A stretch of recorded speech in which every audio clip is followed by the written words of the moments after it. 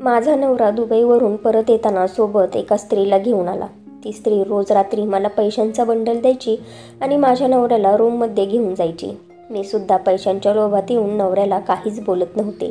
पण हळूहळू मला एकटेपणा जाणवू लागला, म्हणून मी एक दिवस हळूच त्यांच्या रूममध्ये डोकावून पाहिले. तेव्हा मी जे काही दृश्य पाहिले ते पाहून मला फक्त उलटी येणेच बाकी. मी कासावीस होऊन एअरपोर्टवर उभी राहून माझ्या नवऱ्याची सोहमची वाट पाहत होते. तो तब्बल 5 वर्षानंतर दुबईवरून भारतात येणार होता. त्यामुळे त्याला भेटण्यासाठी माझी आतुरता वाढणं ही एक सर्वसाधारण गोष्ट होती. थोड्या वेळापूर्वीच त्याचे विमान लँड झाले होते, पण जसजसे प्रवासी बाहेर निघत होते माझे हृदय जोरजोरात धडधड करत होते. मी त्याला भेटण्यासाठी खूपच कासावीस झाले होते, पण हळूहळू काळजीत पडले, कारण विमानातले तर सर्व प्रवासी बाहेर आले होते, परंतु सोहम मात्र कुठेच दिसत नव्हता. माझे डोळे अगदी सोहमची आतुरतेने वाट पाहत होते. आता माझ्या डोळ्यातून अश्रू वाहू लागले. सोहम मला कुठेच दिसत नव्हता, पण अचानक मला सोहम दिसला. पण हे काय? त्याच्यासोबत एक सुंदर स्त्री देखील होती. मी हे पाहून खूप हैराण झाले होते. ती स्त्री सोहमच्या हातात हात घालून हसून हसून बोलत होती आणि सोहमसुद्धा तिच्यासोबत हसत खेळत गप्पा मारत येत होता. मी लगेचच सोहमजवळ गेले. मला पाहून सोहमच्या चेहऱ्यावर हसू आलं. मी त्याला लगेचच मिठी मारली. तेव्हा सोहमने मला हलकासा स्पर्श केला आणि त्याच्यापासून मला लांब केले. माझा चेहरा खाडकन उतरला. सोहमने त्या स्त्रीची मला ओळख करून दिली. सोहम म्हणाला की ही रुबीना आहे. दुबईला हिच्याच कंपनीमध्ये मी जॉब करतो.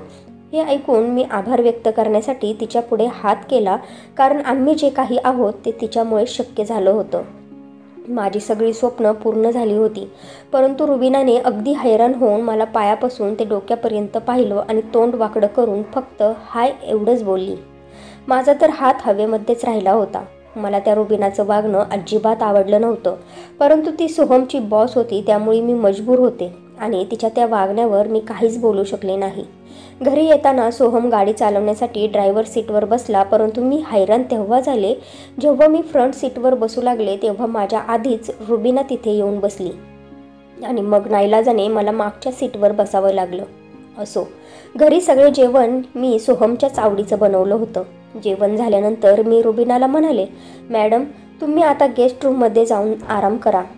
मी असे रुबीनाला म्हणाले कारण मला सोहमसोबत खूप गप्पा मारायच्या होत्या, पण मला ती संधीच मिळत नव्हती, कारण जेव्हापासून सोहम आला होता ती रुबीना सोहमला अगदी चिटकूनच होती.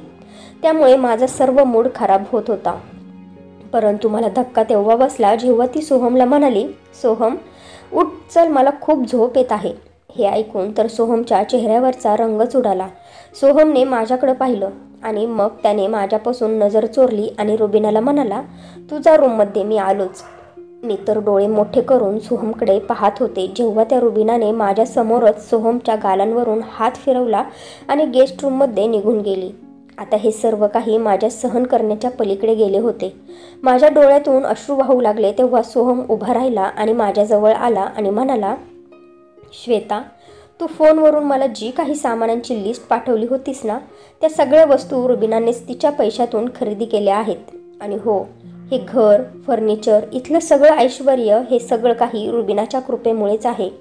त्यामुळेच त्या बदल्यात मला देखील थोडी किंमत चुकवावी लागेलच ना. आणि हे बघ, ही बॅग, या बॅगेमध्ये सगळ्या वस्तू तुझ्यासाठीच आहेत. तू लिस्ट पाहून घे, कोणती वस्तू तर राहिली नाही ना ते चेक कर. असं बोलून सोहम देखील गेस्ट रूममध्ये निघून गेला आणि मी हैराण होऊन फक्त पाहतच राहिले. मला खूप मोठा धक्का बसला होता. मी तशीच तिथे सोफ्यावर बसले आणि मला ते दिवस आठवले जेव्हा माझं आणि सोहमचं लग्न झालं होतं. छोट्याशा घरामध्ये माझं फर्निचर खूप मुश्किलने बसलं होतं. लग्नाच्या पहिल्या रात्री शालूमध्ये मी अगदी हैराण होऊन त्या छोट्याशा खोलीत सोहमची वाट पाहत बसले होते. त्या खोलीचा पंखा त्या खोलीची गरमी देखील कमी करू शकत नव्हता. जेव्हा सोहम खोलीत आला तेव्हा मी लाजण्याऐवजी माझ्याकडे खूप तक्रारी होत्या. मी म्हणाले, सोहम खोलीत एक AC तरी लावायचा ना. या अशा गरमीमध्ये हा शालू नेसून बसणं मला खूप कठीण जाते. असे बोलून मी लगेचच उठून उभी राहिले आणि सोहमचे काहीच ऐकून न घेता कपडे बदलण्यासाठी निघून गेले. तेव्हा मी हा सुद्धा विचार केला नाही की सोहमला मला नवरीच्या वेशात पाहायचं असेल, त्याला मला नवरीच्या वेशात स्पर्श करायचा असेल. परंतु मला तर त्यावेळेला सोहमच्या खोलीला पाहूनच रडू कोसळलं होतं. स्वतःच्या पसंतीने लग्न केल्यामुळे काही क्षण मला स्वतःवरच खूप राग येत होता. जसजसे दिवस जात होते माझ्या दिवसेंदिवस तक्रारी वाढतच होत्या. सोहमचं घर खूप लहान होतं. छोटासा बेड, छोटेसे किचन आणि तो हॉल. त्या किचनमध्ये स्वयंपाक बनवताना तर माझा श्वासच गुदमरायचा. मी सोहमला म्हणाले, सोहम प्लीज तू तुझ्या ऑफिसमध्ये तुझ्या बॉससोबत जरा बोल आणि त्यांना सांग की मला ओव्हरटाईम द्या. मला आता हे सहन होत नाही. ही गरमी, ही आर्थिक तंगी खरंच मला सहन होत नाही. मी तर काही दिवसातच इथे वेडी होऊन जाईन. सोहम म्हणाला, श्वेता अगं मी बॉसला सांगितलं आहे, उद्यापासूनच माझं ओव्हरटाईम बॉस सुरू करणार आहे. त्यांच्याकडून काही ॲडव्हान्स देखील घेईन. परंतु घराचा खर्च बाजूला केला तर उरलेल्या पैशातून फक्त मी तुझ्यासाठी कूलरच आणू शकेन. यामधून मी AC विकत नाही घेऊ शकत. तुला काही महिने वाट पाहावी लागेल. सोहमने माझा हात पकडून अगदी प्रेमाने मला समजवलं होतं. पण मी मात्र त्याचा हात झटकला आणि म्हणाले, ते मला काहीही माहिती नाही. कसंही कर आणि मला ACचा बंदोबस्त कर. मला अशा फॅन आणि कूलरची सवय नाही. मी फक्त तुझ्यासाठीच हे सहन करते. मी सुद्धा लग्नाच्या अगोदर ऑफिसमध्ये काम करत होते. मी एका श्रीमंत घरात वाढलेली मुलगी होते, जिथे मला कशाचीही कमी नव्हती. त्याच दरम्यान सोहमचे सौंदर्य आणि त्याची पर्सनॅलिटीमुळे मी त्याच्या प्रेमात पडले. मला त्याच्या सौंदर्याने एवढी भुरळ पडली की कसल्याही परिस्थितीत मला त्याच्यासोबतच लग्न करायचे होते. मी त्यावेळेस सोहमला ऑफिसमध्ये प्रपोज केले होते. मी प्रपोज केल्यानंतर सोहम काही वेळ शांत माझ्याकडे पाहत बसला आणि नंतर म्हणाला, श्वेता आजपर्यंत आपल्यामध्ये फक्त मैत्रीच होती. परंतु तुला जर माझ्यासोबत लग्न करायचे असेल तर माझ्याबद्दल तुला सर्व काही माहिती असायला हवे. मला आई वडील नाहीत. माझा स्वतःचा इथे शहरात फ्लॅट आहे आणि तो सुद्धा खूप लहान आहे. माझा पगारसुद्धा तुला माहितीच आहे. मी आयुष्यात तुला ऐशो आरामाचे जीवन देऊ शकत नाही, जे जीवन तू तुझ्या वडिलांच्या घरी जगत आहे. तुला सुखी ठेवेल पण श्रीमंताचे जीवन देऊ शकणार नाही. त्यावेळेस तर मी सोहमच्या बोलण्याकडे दुर्लक्ष केलं. त्या गोष्टींची मी पर्वाच केली नाही. मला कसल्याही परिस्थितीत सोहमला मिळवायचेच होते. मी त्याला म्हणाले, माझे फक्त तुझ्यावर प्रेम आहे, तुझ्या पैशांवर नाही. मी करेन सगळं मॅनेज. मला फक्त तुझं प्रेम हवं आहे. जेव्हा सोहम माझ्या घरी स्थळ घेऊन आला तेव्हा माझ्या आईवडिलांनी मला खूप समजवले की सोहम खूप साधा मुलगा आहे. त्याचे घरसुद्धा खूप छोटे आहे. त्यामुळे तू त्याच्या छोट्याशा घरात नाही राहू शकत आणि जर तू आमचे ऐकणार नसशील, तुला तुझा हट्टच पूर्ण करायचा आहे तर मग लग्न झाल्यानंतर तू आमच्याकडून काहीही अपेक्षा ठेवू नकोस. आम्ही तुला कसलाच सपोर्ट किंवा मदत करणार नाही. त्यावेळी मी माझ्या आईवडिलांना सांगितलं की मला कोणत्याही परिस्थितीत फक्त आणि फक्त सोहमसोबतच लग्न करायचं आहे. मी छोट्याशा घरात ॲडजस्ट करायला तयार आहे. तेव्हा मला पप्पा खूप ओरडले होते. म्हणाले होते, तुझ्या डोक्यावर फक्त त्या सोहमच्या प्रेमाचं भूतच बसलं आहे आणि जेव्हा ते प्रेमाचे भूत उतरेल ना तेव्हाच तुला त्या सोहमचं छोटं घर आणि काटकसर दिसेल. सोहमच्या प्रेमासाठी मी सर्व काही, माझं ऐश्वर्य, माझ्या ऐशोआरामाला लाथ मारली होती. मला फक्त त्याच्यासोबत लग्न करायचं होतं. परंतु आता लग्न झाल्यावर मला माझ्या आईवडिलांचं म्हणणं पटलं होतं. 1 महिना मी खूप मुश्किलने घालवला होता. जेव्हा सोहम एक कूलर घेऊन आला होता तरीसुद्धा मी ACचीच वाट पाहत होते. परंतु मला सगळ्यात मोठा धक्का तेव्हा बसला जेव्हा लग्नाच्या 2 महिन्यानंतरच मी गरोदर राहिले. सोहम तर खूपच खुश होता, परंतु माझी मात्र रडून रडून खूप वाईट अवस्था झाली होती. मी तर अजूनपर्यंत हनीमूनला देखील गेले नव्हते आणि जर मी हे मूल जन्माला घातले तर मग घरात येणारा जो काही पैसा आहे तो या मुलाच्याच खर्चामध्ये गेला असता आणि हे मात्र मला मंजूर नव्हतं. एक दिवशी मी सोहमला म्हणाले की मला इतक्यात गरोदर राहायचं नाही, मला हे मूल नको आहे. माझं हे बोलणं ऐकून मात्र सोहमच्या चेहऱ्यावर खूपच राग दिसला. तो म्हणाला, तू असं कसं म्हणतेस? अगं आपण आई बाबा होणार आहोत, तुला समजत नाही आहे का? तुझा बोलण्याचा काय अर्थ आहे? मी म्हणाले, काय अर्थ आहे म्हणजे? साधं सरळ सोपं आहे की मला हे मूल नको आहे, मला ॲबॉर्शन करायचं आहे. मी या परिस्थितीला अगदी वैतागली आहे आणि या अशा परिस्थितीत मी मूल जन्माला घालू शकत नाही. मला आपल्या मुलाला अशा परिस्थितीत वाढवायचं नाही. सोहम म्हणाला, जेव्हा मूल जन्माला येतं, या जगात येतं, तेव्हा ते त्याचं नशीब घेऊन येतं. त्यामुळे मी तुला ॲबॉर्शन करण्याची अजिबात परमिशन देणार नाही. सोहम इतक्या रागात मला पहिल्यांदा बोलला होता. मग मी पण हसून म्हणाले, तुझ्याकडून परवानगी मागितलीच कोणी? मी उद्याच या सगळ्यातून सुटका मिळवेन. तू स्वतः आधी मूल सांभाळशील इतकी स्वतःची लायकी तर कर आणि मग मूल जन्माला घाल. 2 महिन्यांमध्ये तू मला साधा एक AC घेऊन देऊ शकला नाहीस.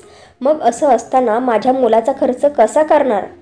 माझं ते बोलणं ऐकून सोहम माझ्याकडे अगदी हैराण होऊन पाहू लागला आणि म्हणाला, मी लग्नाच्या आधीच तुला माझी परिस्थिती काय आहे, कशी आहे हे सर्व सांगितलं होतं श्वेता.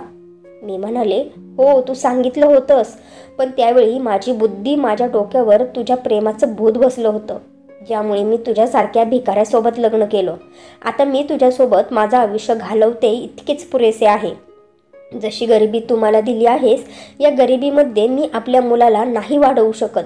आणि खरंच तुला मूल पाहिजे असेल तर अजून मेहनत कर, पैसे कमव, एका चांगल्या परिसरात एक आलिशान फ्लॅट विकत घे, ज्यामध्ये ऐशो आरामाची प्रत्येक वस्तू उपलब्ध असेल, आणि मग त्यानंतर माझ्याकडून मुलाची डिमांड कर. माझे हे असे प्रकारचे बोलणे ऐकून सोहम खूप चकित झाला होता. म्हणाला, अगं मी तर ओव्हरटाईमसुद्धा करू लागलो आहे. मग अजून काय करू? तुझी काय अपेक्षा आहे की मी दिवसरात्र एखाद्या मशीनप्रमाणे फक्त आणि फक्त कामच करत राहू? सोहम ओरडतच बोलू लागला होता. त्याच्या त्या मोठ्या ओरडण्यावर मी सुद्धा म्हणाले, हो हो हो, पैसे कमावण्याची मशीन हो, मला AC पाहिजे, चांगला फ्लॅट पाहिजे, मला एक लक्झरी लाईफ पाहिजे, आणि याचीच मला पहिल्यापासून सवय आहे. फक्त प्रेमाशिवाय आजपर्यंत तुम्हाला दिलं तरी काय आहे? एकदाही चांगल्या हॉटेलमध्ये तुम्हाला डिनरला घेऊन गेला नाहीस, आणि हनीमूनसाठी तर इथल्या इथे साधं महाबळेश्वरला सुद्धा नेलं नाही. मग दूरची तर गोष्ट लांबच आहे. तुझ्यामुळे मी माझ्या सर्व मित्रमैत्रिणींसोबत संबंध तोडले, कारण तुझ्या या गरिबीमुळे मला लाज वाटते. त्यांच्यासोबत बोलायला देखील मला लाज वाटते. त्याच लाजेपोटी मी त्यांना या माशीच्या डब्यात बोलवू देखील शकले नाही. माझे सगळे मित्रपरिवार मला सोडून गेले आहेत. माझ्या घरच्यांना देखील माझ्यासोबत बोलायला भेटायला आवडत नाही. त्यांनी माझ्यासोबत सगळे संबंध तोडून टाकले आहेत. मग सांग ना सोहम, मला काय मिळाले तुझ्यावर प्रेम करून? मला फक्त पैसा आणि पैसाच पाहिजे सोहम. मला चांगलं घर पाहिजे, मला सगळं ऐश्वर्य पाहिजे. मी हुंदके देऊन देऊन रडू लागले. मी माझ्या मनातला सगळा काही राग आज सोहमसमोर बोलून दाखवला होता. पण सोहम तर एकदम शांतपणे उभा होता. तो एक शब्द देखील बोलला नाही आणि उठून खोलीतून बाहेर निघून गेला. सकाळी जेव्हा माझे डोळे उघडले तेव्हा सोहम घरात नव्हता. तो पूर्ण दिवस घरी आलाच नाही, आणि जेव्हा रात्री घरी आला तेव्हा माझ्यासाठी अशी खुशखबरी घेऊन आला ज्यामुळे माझ्या आनंदाचा ठिकाणाच राहिला नाही. सोहम म्हणाला, माझा एक मित्र दुबईमध्ये नोकरी करत आहे आणि तो मला देखील दुबईला बोलवत आहे. परंतु मी एकदा दुबईला गेलो तर 5 वर्ष भारतात परत येणार नाही, आणि त्या 5 वर्षात मला आशा आहे की मी इतके सारे पैसे कमावून तुला पाठवू शकेल जेणेकरून तुझ्या सगळ्या आशा अपेक्षा पूर्ण होतील. परंतु विचार कर, मी 5 वर्ष तुझ्यासोबत राहणार नाही. तुला एकटीला राहावं लागेल माझ्याशिवाय. तू ऐकते ना श्वेता, तुला एकटीलाच राहावं लागेल. त्यावेळेला सोहमच्या डोळ्यांमध्ये पाणी आलं होतं. त्यावेळेला त्याच्या डोळ्यांमध्ये असं काय होतं की ज्यामुळे थोड्या वेळासाठी मी काहीच बोलू शकले नाही. फक्त त्याच्या डोळ्यांमध्ये असलेलं माझ्याबद्दलचं प्रेम मी पाहत होते. सोहमची अशी अपेक्षा होती की मी त्याला तिकडे जाण्यासाठी नकार द्यावा, परंतु मला माहिती होतं की सोहमचं माझ्यावर इतकं प्रेम आहे की तो इतर स्त्रीला स्पर्श करणे तर लांबच, तिच्याकडे पाहू देखील शकणार नाही. जर मी अजून काही वेळ सोहमच्या डोळ्यात पाहत बसले असते तर कदाचित मला माझ्या निर्णयावर ठाम राहणं कठीण गेलं असतं, आणि मला तर पैसेच पैसे हवे होते. त्यामुळेच मी माझे डोळे लगेच बंद केले आणि म्हणाले, हो सोहम, 5 वर्ष काय तर मी तुझ्याशिवाय 10 वर्ष देखील राहू शकते. तू माझी काळजी करू नकोस, तू निश्चिंत जा. मी इथे काहीतरी छोटी मोठी नोकरी करेन जेणेकरून माझं मन बिझी राहील आणि तुझी आठवण येणार नाही. असं बोलून जेव्हा मी डोळे उघडले तेव्हा सोहम माझ्याजवळ नव्हता. तो खोलीतून बाहेर निघून गेला होता. 4 दिवसातच सोहमने दुबईला जाण्याची सगळी तयारी केली. दुबईला जाण्यापूर्वी सोहम माझ्याकडे काही वेळ खूप निरखून पाहत होता आणि म्हणाला, श्वेता, माझं फक्त तुझ्यावरच प्रेम आहे. कदाचित मी असल्याने नसल्याने तुला काहीच फरक पडत नाही, परंतु तू नसल्याने मला खूप काही फरक पडतो. असं बोलून सोहमने मला मिठी मारली आणि हुंदके देत रडू लागला. म्हणाला की मी तुला खूप मिस करेन असं बोलून तो तिथे थांबलाच नाही. त्याने त्याच्या पाणवलेल्या डोळ्यांवर चष्मा लावून तो निघून गेला आणि मी त्याला तशी स्तब्ध होऊन पाहत राहिले. दुबईला जातात सोहमला तिकडे नोकरी मिळाली होती. त्याने असं मला फोन करून सांगितलं होतं. जेव्हा मी त्याला पहिल्यांदा फोन केला तेव्हा मी अगदी जोशमध्ये येऊन सोहमला त्याच्या तब्येतीबद्दल किंवा प्रवासाबद्दल विचारण्याच्या ऐवजी हा प्रश्न विचारला की सोहम, तुला नोकरी तर लागली आहे ना? पगार किती आहे? लाखोंच्या वर तर मिळेल ना? माझे प्रश्न ऐकून सोहम काहीच म्हणाला नाही. तो शांतच राहिला. मला वाटले की कदाचित कॉल कट झाला असेल, परंतु थोड्या वेळातच सोहम बोलू लागला, हो, काळजी करू नकोस. आता तुझी सगळी स्वप्न पूर्ण होतील. तुला कोणत्याही गोष्टीची कमी भासणार नाही. असं बोलून सोहमने लगेच फोन ठेवून दिला आणि मी मात्र इकडे आनंदाने उड्या मारू लागले होते. मी माझ्या मनामध्ये खूप सारी स्वप्न रंगवू लागले होते आणि बरोबर 1 महिन्यानंतर सोहमने मला लाखो रुपये पाठवले होते, ज्याला पाहून माझ्या आनंदाला सीमाच उरली नाही. मी सगळ्यात पहिल्यांदा तर AC खरेदी केला आणि सोबतच एक कामवाली बाई देखील ठेवली. काही महिने असेच निघून गेले. सोहम आता माझ्यासोबत खूप कमी बोलू लागला होता आणि मला देखील सोहमची तेव्हाच आठवण यायची जेव्हा तो पैसे पाठवण्यासाठी उशीर करायचा. असेच करता करता 2 वर्ष निघून गेली आणि त्या 2 वर्षात मी माझं आयुष्य पूर्णपणे बदलून टाकले होते. मी एका चांगल्या एरियात 3 BHK फ्लॅट घेतला. सोबतच त्या घरामध्ये चांगले फर्निचर आणि खूप साऱ्या आवश्यक गोष्टी घेतल्या होत्या. मी ते घर अगदी मॉडर्न पद्धतीने सजवलं होतं. ते घर तर एकदमच माझ्या स्वप्नातलं घरासारखं होतं. मी आनंदाने पूर्ण घरात गाणं गुणगुणत राहायचे. त्या सोसायटीमध्ये एक प्रकारचा माझा दरारा मी निर्माण केला होता. आता हळूहळू सोहम जाऊन 3 वर्ष झाली होती. आता मात्र मला विचित्र अस्वस्थ जाणवायला लागलं होतं. जवळ सोहम देखील नव्हता आणि नाही मूलबाळ होतं. जर त्या वेळेला मी ॲबॉर्शन केलं नसतं तर आज मला एकटेपणा जाणवला नसता. त्या 3 वर्षात सोहम परत घरी कधीच आला नाही. आता मी त्याला जेव्हा फोन करायचे तेव्हा तो फोन कट करायचा आणि जर कधी बोललाच तर अगदी मुश्किलने 5 मिनिटच बोलायचा. मला आता इकडे घर खायला उठले होते.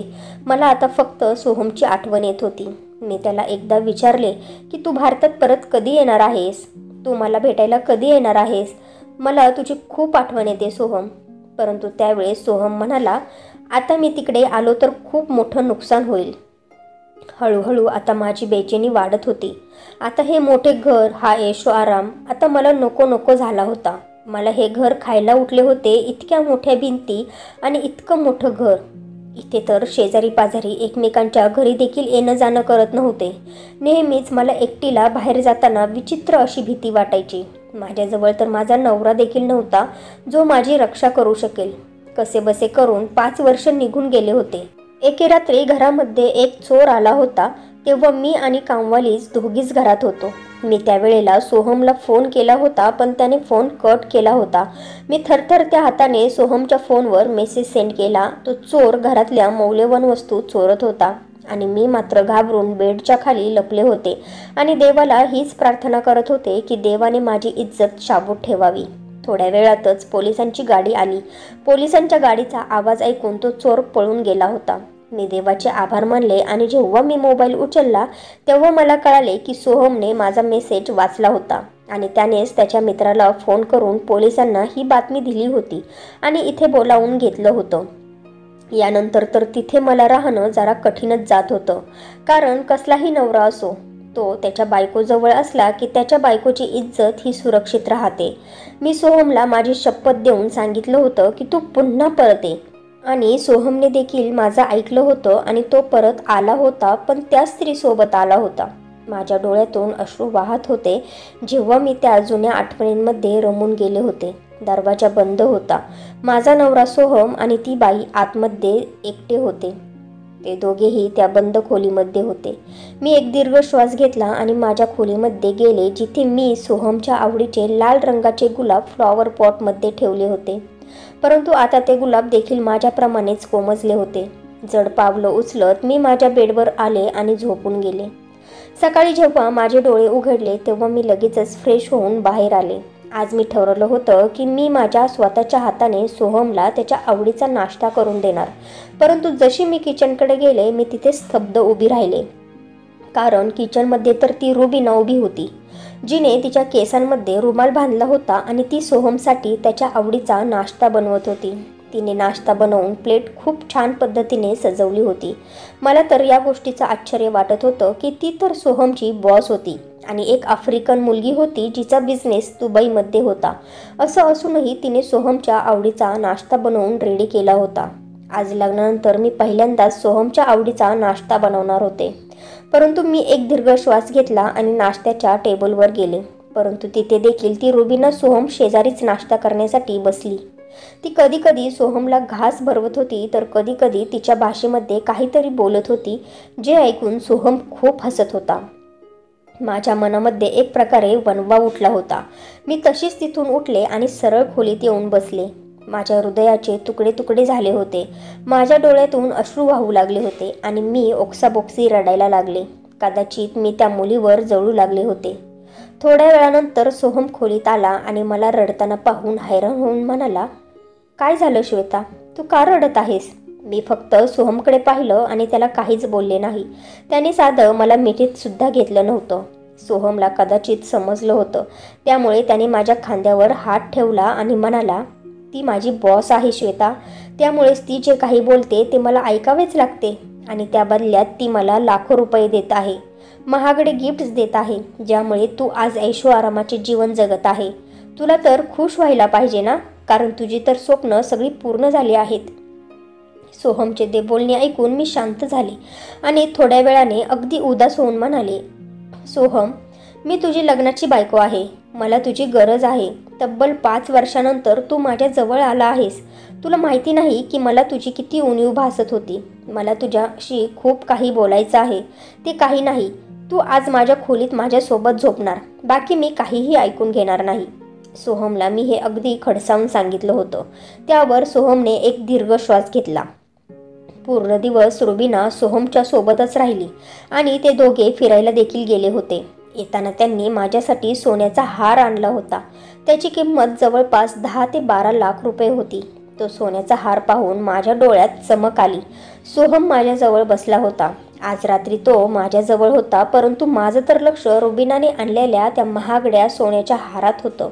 मी पूर्णपणे आंधळी झाले होते. मी आम्हा दोघांबद्दल बोलण्याऐवजी सारखं त्या सोन्याच्या हाराबद्दलच बोलत होते आणि सारखं तो हार मी सोहमला दाखवत होते.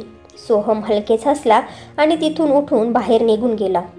तेव्हाच मला जाणीव झाली आणि मला माझ्या हावरटपणावर खूपच राग आला. मी लगेच तो हार कपाटात ठेवला आणि बाहेर आले, जेणेकरून मी सोहमला परत खोलीत बोलावू शकेल आणि त्याला परत माझा करू शकेल. परंतु तो रुबीनासोबत गेस्ट रूममध्ये निघून गेला होता.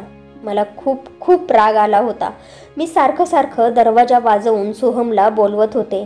थोड्या वेळानंतर दरवाजा उघडला तेव्हा सोहमऐवजी ती रुबीना बाहेर आली, जी खूप छोट्या कपड्यांमध्ये होती. मी तिच्याकडे एक नजर टाकली आणि मग त्यानंतर तिने तिच्या पर्समधून नोटांची गड्डी काढली आणि माझ्या हातावर ठेवली आणि म्हणाली, परत आम्हाला त्रास देऊ नकोस, प्लीज मला डिस्टर्ब करू नकोस. तिने माझ्या तोंडावर दरवाजा आपटला. पण एवढे सारे पैसे पाहून तर मी सर्व काही विसरूनच गेले होते. मी ते पैसे घेतले आणि पुन्हा माझ्या खोलीत आले. त्याच नोटांचा वास तर मला या जगातल्या सर्व सुगंधापेक्षा जास्त प्रिय होता. 1 आठवडा असंच निघून गेला. या एका आठवड्यात सोहमने खूप मुश्किलने माझ्यासोबत जेमतेम 2 ते 3 तास घालवले असतील. मी जेव्हा त्याच्यासोबत बोलायचा प्रयत्न करायचे तेव्हा ती रुबीना आमच्या दोघांच्या मध्ये यायची आणि सोहमला माझ्यापासून लांब घेऊन जायची. सोहमच्या तोंडून प्रेमाचे 2 शब्द ऐकण्यासाठी मी कासावीस झाले होते. रुबीना रोजच 1 लाख रुपये हातात ठेवायची आणि मग मी शांत व्हायचे. आज तर माझ्या पायाखालची जमीन सरकून गेली जेव्हा सोहमने मला सांगितले की आज रात्री आम्ही दुबईला परत जाणार आहोत आणि कदाचित परत इथे कधीच येणार नाही. पण काळजी करू नकोस, प्रत्येक महिन्याला मी तुला पैसे पाठवत जाईल. सोहमचं ते बोलणं ऐकून मी तर सुन्न झाले होते. त्या तेवढ्या वेळात मी काहीच बोलू शकले नाही. तो असं कसं मला सोडून जाऊ शकत होता? मी थरथर करत सोहमच्या खांद्यावर हात ठेवला आणि त्याला विचारले, सोहम, तू माझी मस्करी करतोयस ना? तू माझा नवरा आहेस. तू मला असं कसं कायमचं सोडून जाऊ शकतो? अरे, मी तुझ्याशिवाय राहू शकत नाही. त्या 5 वर्षांमध्ये मला जाणीव झाली होती की एखादा मनुष्य पैशांशिवाय, लक्झरी लाईफशिवाय राहू शकतो, परंतु स्वतःच्या जीवनसाथीशिवाय, स्वतःच्या नवऱ्याशिवाय नाही राहू शकत. मी म्हणाले, माझा ऐक. तू आता कधीच कुठे जाणार नाहीस. तू आता त्या रुबिनाची नोकरी सोडून दे आणि इथेच आपल्या शहरात एक छोटी मोठी नोकरी बघ. मी सोहमला विनंती करत होते, पण सोहमची तर मान खाली होती. माझे हात त्याच्या हातातून दूर करत तो म्हणाला, या सगळ्याचा तू त्यावेळेला विचार करायला हवा होतास, जेव्हा मी 5 वर्षापूर्वी रडत रडत तुझ्यापासून लांब गेलो होतो. श्वेता, आता खूप उशीर झाला आहे ग. मी तेव्हा दुबईला पोहोचलो तेव्हा मी खूपच एकटा होतो ग. तेव्हाच माझी ओळख रुबिना मॅडमसोबत झाली. त्यांनी मला काम शिकवलं. रुबिनाला माझा एकटेपणा जाणवला होता. त्यांनाच काय, पूर्ण जगाला माझा एकटेपणा समजला होता, फक्त तुझ्याशिवाय श्वेता.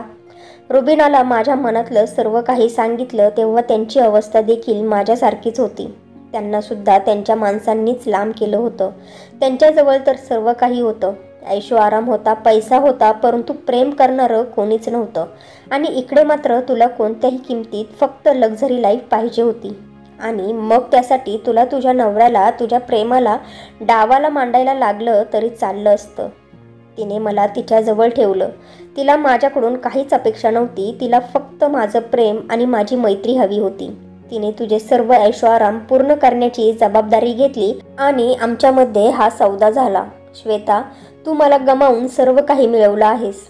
सोहम पूर्ण घराकडे दोन्ही हात पसरवून बोलत होता. त्याच्या डोळ्यांमध्ये अश्रू आले होते आणि चेहऱ्यावर हसू होतं. त्याचं ते बोलणं ऐकून माझ्या पायाखालची जमीन सरकून गेली होती. मला खूप काही बोलायचं होतं, परंतु सुरुवात कुठून करणार होते.